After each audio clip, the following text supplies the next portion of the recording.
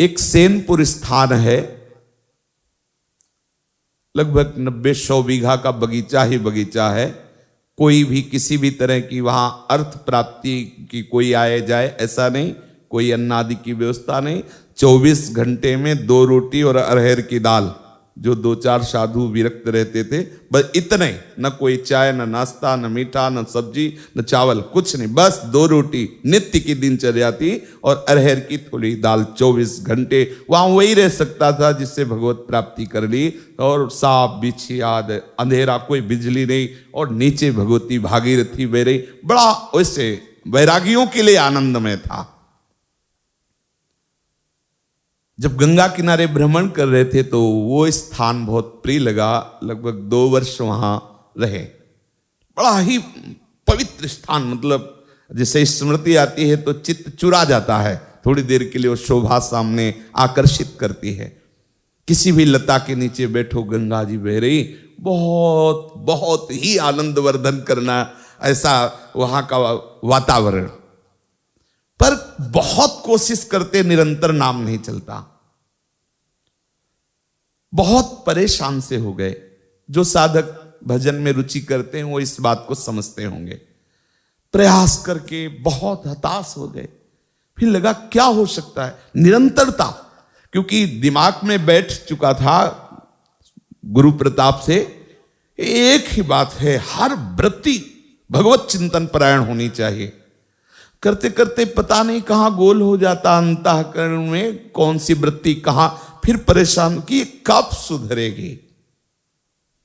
वहां एक चमत्कार हुआ, एक घटना घटी।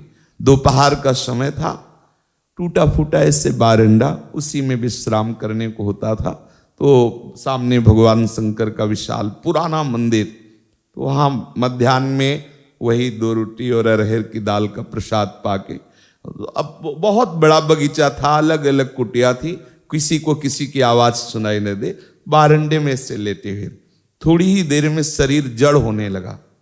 हिला नहीं सकते, बस चेतना है कि हम देख सकते हैं, और दिमाग काम कर रहा था। शरीर पूरा एकदम जड़ता को प्राप्त होगा। बहुत ही सुंदर सुगंध, एक अलौकिक सुगंध, बड़ा उन्मादकारी सुगंध। सामने दृष्टि थी, हिल सकते नहीं थे। देखा गंगा की धारा से श्वेत वस्त्र धारण किए हुए एक महापुरुष धीरे धीरे आ रहे हैं। आकर के सर को गोद में लिया और कुछ बोल रहे थे।